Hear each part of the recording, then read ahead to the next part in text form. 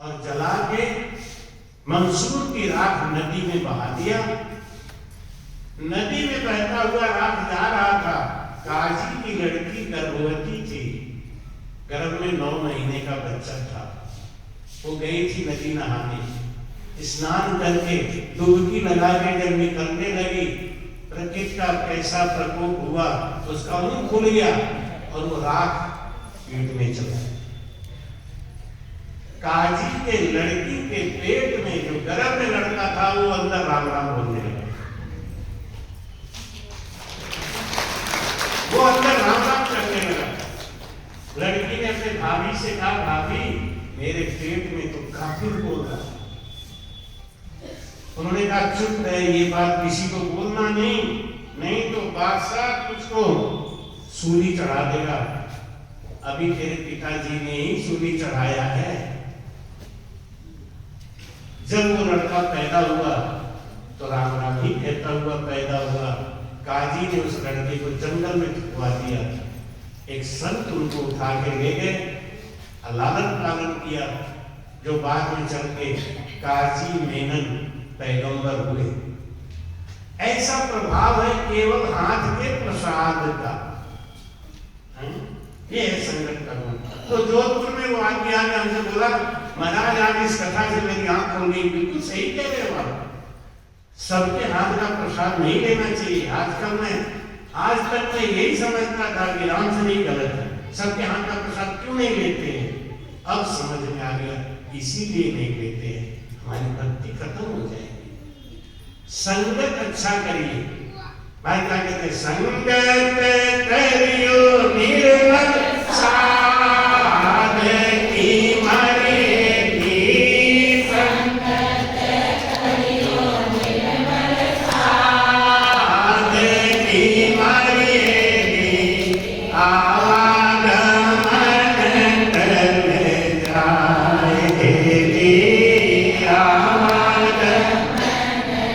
जाएगी।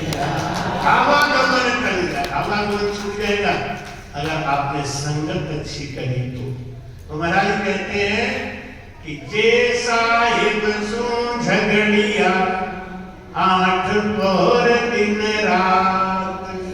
ज्या पाई सुख राम कहे आदू घर की बात।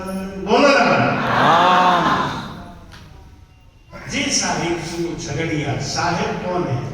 अब हम साहिब को पाएंगे तब तो झगड़ा करेंगे। साहिब कहाँ है? महाराज लिख रहे हैं कि जे साहिब सु झगड़िया, साहिब सु झगड़िया। तो साहिब मिलेंगे कहाँ, झगड़ा किससे करेंगे? बिना देखे झगड़ा हो जाएगा। साहिब कौन है? परमात्मा कौन है? और ग्रंथों का जब निचोड़ निकाल के देखते हैं तो सब ग्रंथ में एक ही निचोड़ है कि श्वास ही ब्रह्म है। बिनु पग चलहि सुनहि बिनु काना, अब कर बिनु कर्म करहि विधि नाना। आनंद रहित सकल रस भोगी, बिन रस नावकता बड़ जोगी। बिनु पग चलहि, ब्रह्म को पैर नहीं है लेकिन चलने वाला ब्रह्म ही। हाथ नहीं है लेकिन काम करने वाला ब्रह्म है। वो किस रूप में है? श्वास के।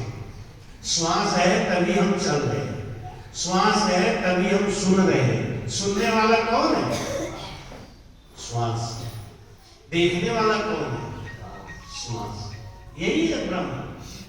तो जे साहिब सु झगड़िया, झगड़ा किससे करना है? साहिब से। साहिब कौन है?